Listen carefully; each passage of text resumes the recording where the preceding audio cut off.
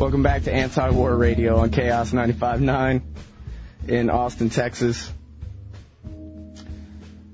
Back to Iran.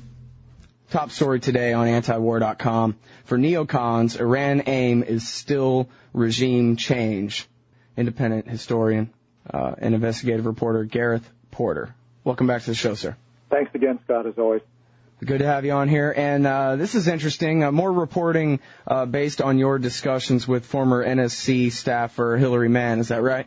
That's right. She's the key sort of link between some history which is known and some which is not known, and coming up with a slightly different perspective on what has been happening, at least in the neoconservative wing of the Bush administration over the past 5 years with regard to Iran. Okay, and now for those not familiar, Hillary Mann is a former staffer on the National Security Council, and she and her husband, Flint Leverett, basically are now doing a full-scale media push as best they can to try to avert another aggressive war in the Middle East by the United States. Is that right? That's right, and I think that they both have some very valuable experience to offer the American public and the media in terms of their perspective, their knowledge of both the inner workings of the administration and their insights into Iranian policy as well.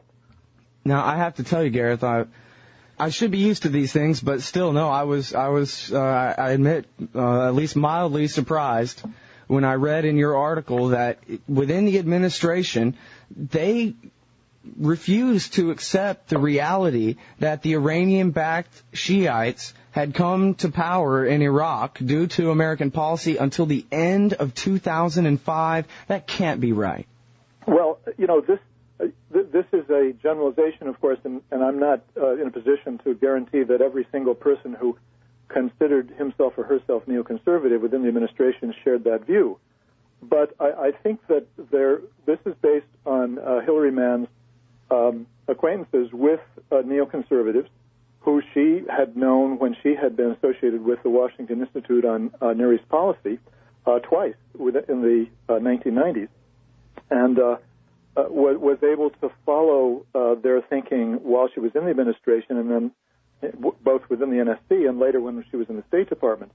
And I quote her as saying that she was astonished, I think that's the word I used, or astounded, to find out that the neoconservatives that she spoke with privately in 2004, 2003, 2004, and even 2005 were still assuring her that things were on track to have the strategic effect that the neoconservatives had predicted from the beginning, which was that a major military victory by the United States to liberate the Shiites in Iraq would then turn them into allies against Iran, and that would be part of the overall effect of the takedown of the Saddam regime in Iraq, which would shake the regime in Iran to its foundation. Now, there's more to the story, of course. There are other parts of this neoconservative view on Iran,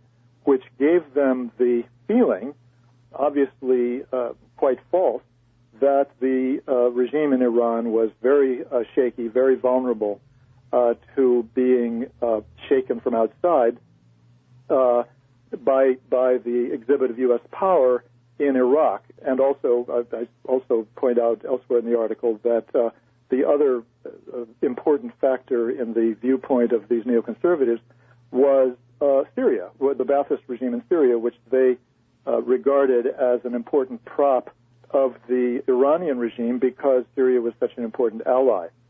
And if the United States could take down the Ba'athist regime there in Syria, that this would further discombobulate the Iranian regime and leave it shorn of its prestige, legitimacy, and therefore would encourage the opposition folks in Tehran to take to the streets and so forth.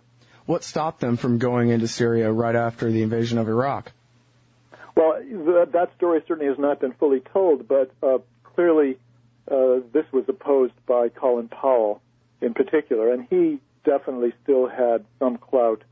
He had some credibility with Bush on these matters. So there's no doubt that when Wolfowitz tried to argue for going into Syria immediately after the Saddam regime disappeared, that this ran into Colin Powell's opposition, and that didn't fly.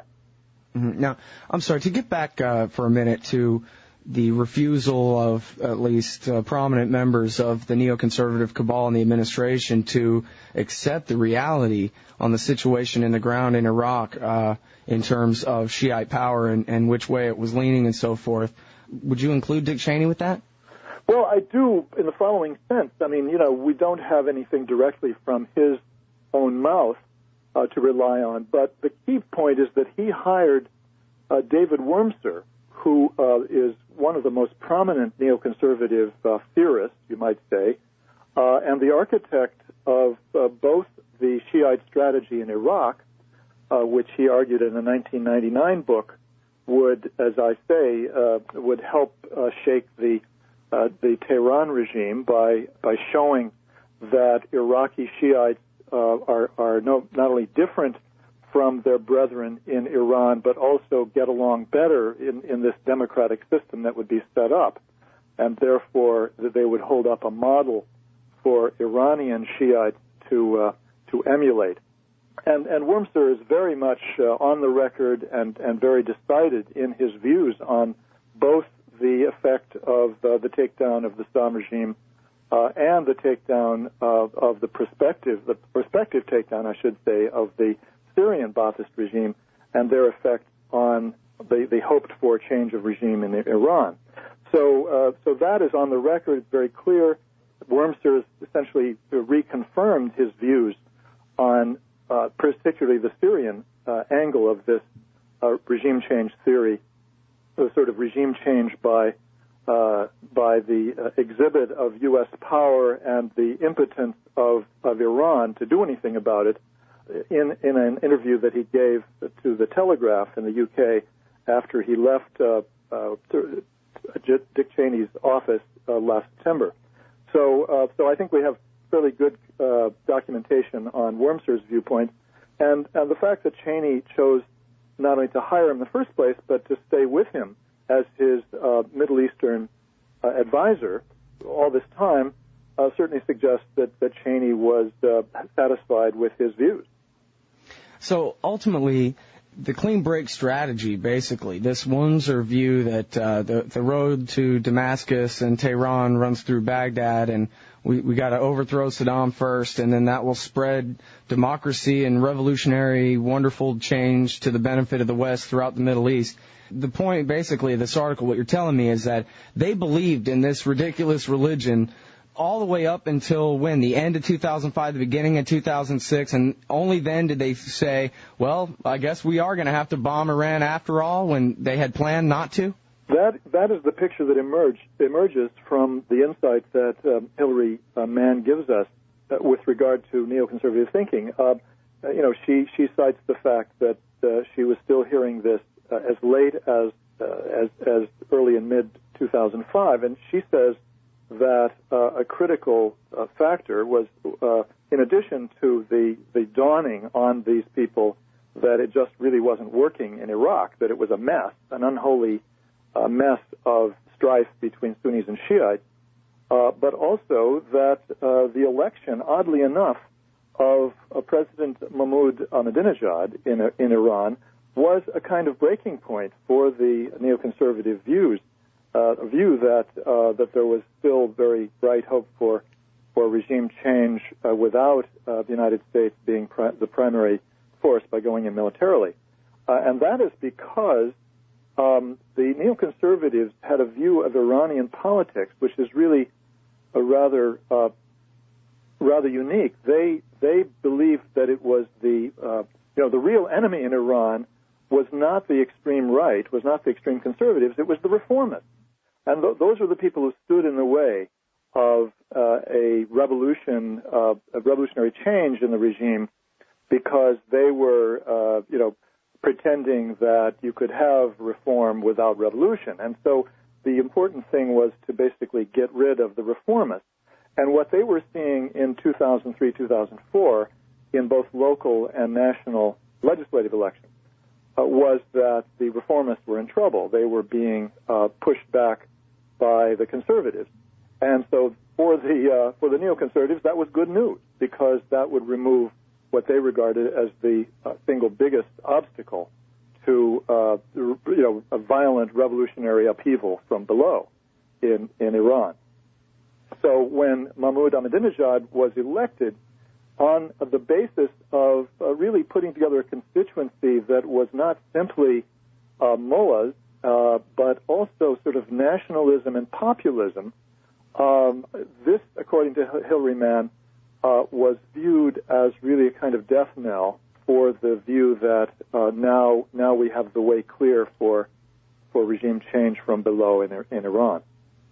And interesting that it was all the guys around Ahmadinejad, when he got elected, came out and personally thanked George Bush in the media for helping him win by threatening the Iranians that they better not elect the hardliner. So they all turned out to vote for the hardliner. This was July of 2005. Well, and this is really one of the little examined, linkages between domestic Iranian politics and the policy of the United States. I mean, it is true that the phenomenon of Iranian nationalism and in the regime of the Islamic Republic of Iran is a relatively new phenomenon.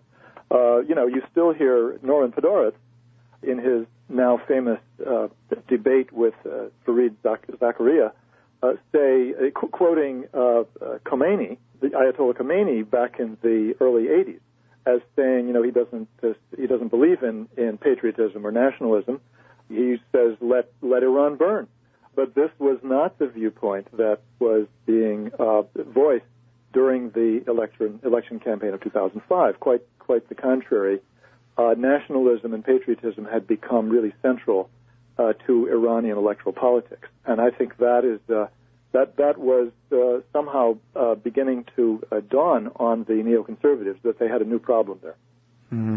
Now, it's interesting. Over and over again with this administration, the separation between the facts and their talking points.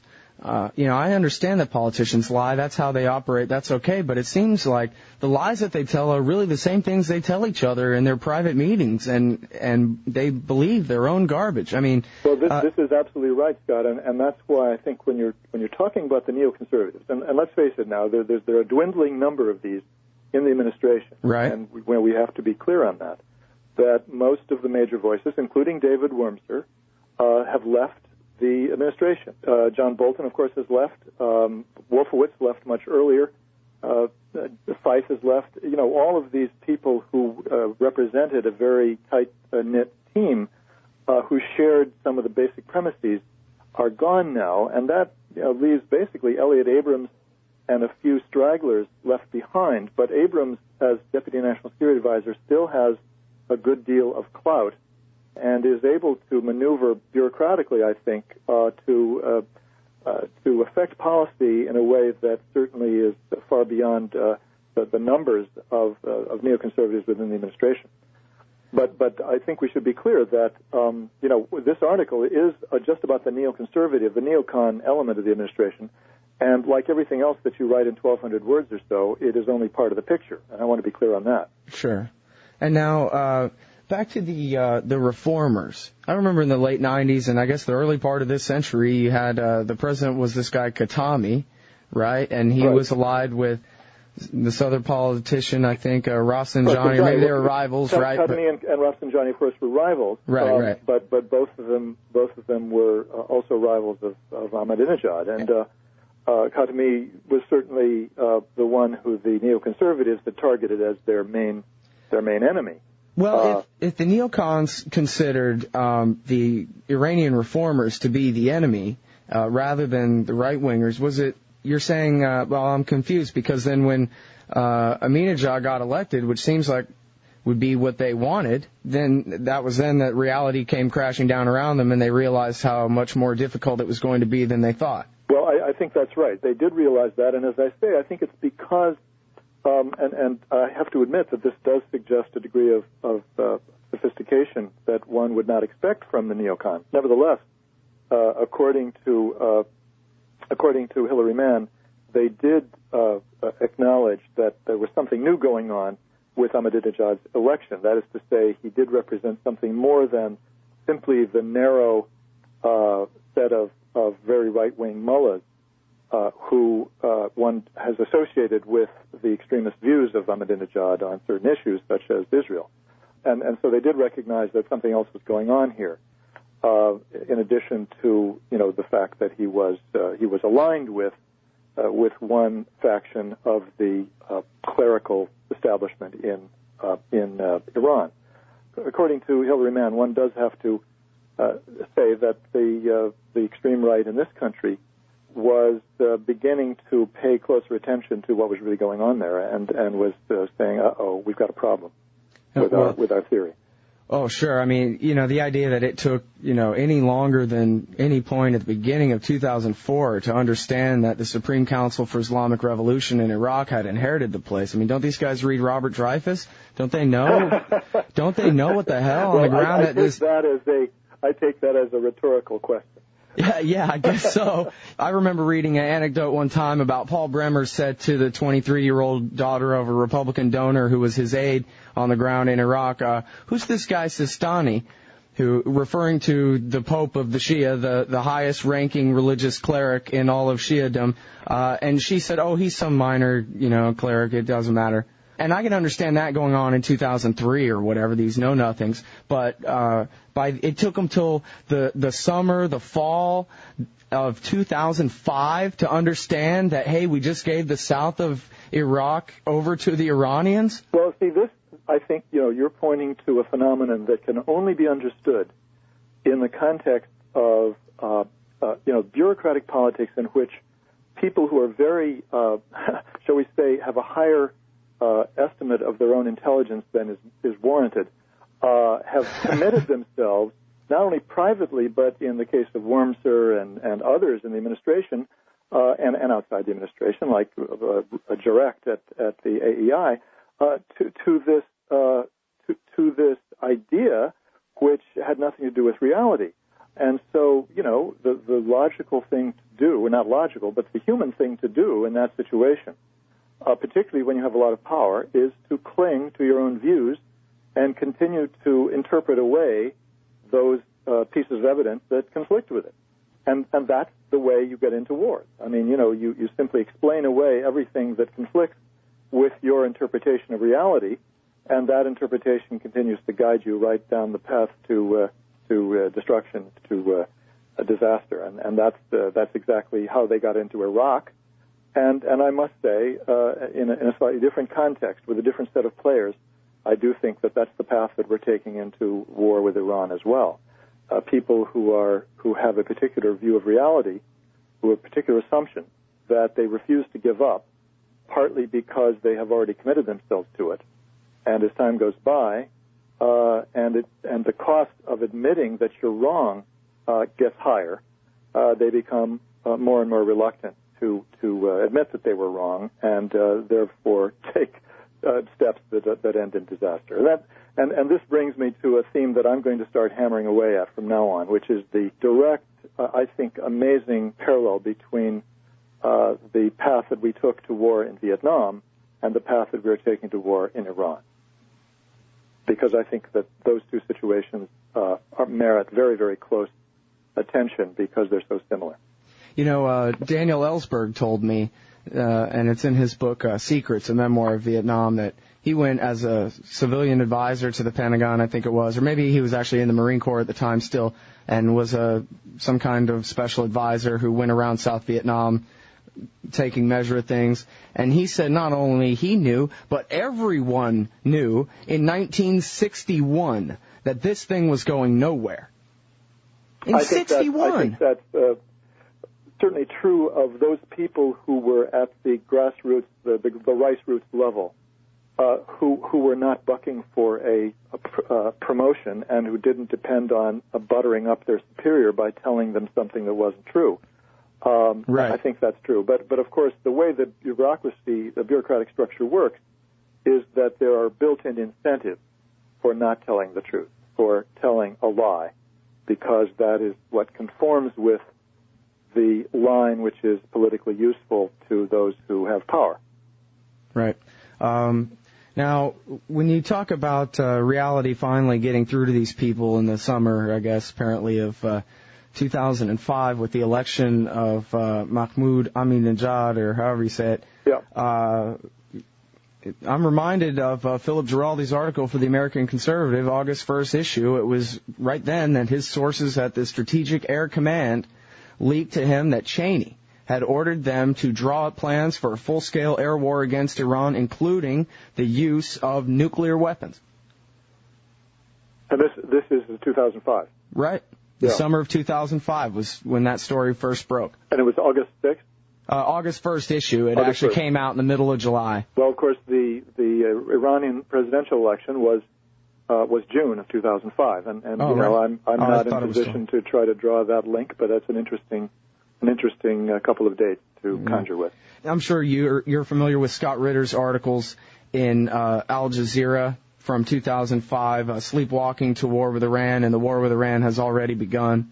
Right? Right. Yeah, and this, of course, represents another side of the policy, which I think, of course, is on a different track. I mean, you know, they were always ready to send in special operations people. Mm-hmm. Well, that was, of course, a covert policy, which is on a different track from the one we're talking about here. Sure, and actually, what I was going to refer to in one of those articles was Plan A, B, and C. This is how we're going to get Iran to stop making nuclear weapons. Plan A is we'll have the EU3 talk to them. Plan B is we'll have the UN do sanctions, and then Plan C is we'll bomb them if absolutely necessary. And Ritter said that's not Plan A, B, and C. That's step 1, 2, and 3 in the run-up to this war. These are the excuses that they have to lay down in terms of international diplomacy so that they can say that they've tried everything, and now they are left with the only option, which is to start a war. Do you agree with that analysis? It would be interesting to know who the sources were for that, or who the source was, and how they fit into the spectrum of people within the administration, to what extent they represented the hardcore neoconservative line. It could certainly be consistent with what this story suggests. What I'm suggesting in the overall take-home lesson from this is that the neoconservatives were never interested primarily in the nuclear weapons issue. That was never their concern. The concern was always regime change. That was the primary overweening interest that they were trying to accomplish, trying to achieve. The nuclear weapons issue was strictly, or I should say, primarily instrumental in achieving the regime change objective. They were interested in regime change before the nuclear issue was really even on the agenda. You have to recall that in the Bush administration, the Iranian nuclear program was not even discussed publicly as an issue until 2002, and that's when the opposition and National Council of Resistance in Iran supposedly discovered the new secret facility in Iran, which, as we know, is not really secret in the sense that Iran was not obliged to report it to the IAEA until nuclear material actually was put in it. And this was at a very early stage. So, and we now know that, of course, the information about that came from Israeli intelligence, was passed on through the MEK. Mm-hmm. But in any case, it was only after mid-2002, after that report surfaced, that the Bush administration began to even talk about that issue. So that was well after the neocons had set the target for regime change in Iran, albeit a longer-term target. They didn't expect it to happen right away, following the expected invasion and occupation of Iraq. So the main thing I'm trying to say is that the neocons have been consistent from the beginning that they were interested in regime change all the way. They hoped to do it with a minimum of U.S. force. They never said there would be no U.S. force required or involved. I think they saw it as sort of topping it off at the end, bringing it down, sort of a coup de grace. But they always argued that this would not be another Iraq. This would require, much less U.S. military force. It would be mainly done by the Iranians themselves. And then when that became clearly impossible, they then turned to the idea of the military option. They're now prepared to essentially destroy large parts of Iran in whatever degree is necessary in order to advance their regime change agenda. Okay, now, I know I got to let you go, but I have to ask you, how is it that they think that's going to work? Because they've accepted now this reality that, in fact, there is some kind of Iranian nationalism. If they bomb the place, okay, they can set back Iran's nuclear program for a few years, but how's that going to affect regime change? We would need a full-scale invasion, just like in Iraq, wouldn't we? Well, I think that you've got me stumped there. My only answer is that the remaining neocons in the administration have to be seen as really very, very extremist people who do not think very rationally, who are capable of making leaps of faith which are impossible for the ordinary mortals like you and I to make. And I can't even begin to tell you what those leaps might be. But, presumably, these are people who would listen to the Air Force briefers and say, they can basically make sure that the Iranians can't respond, or they can threaten the Iranians with such devastation that they'd better not respond, and therefore we're safe in going ahead with the kind of strike that would help us bring about regime change. I mean, that would be the kind of extreme thinking that would have to be behind this. But beyond that, I'm really sort of stumped as to how they would square, their concept of regime change, of using force for regime change, with the obvious, realities that a U.S. military attack would have the opposite effect on the political situation within Iran. You're absolutely right.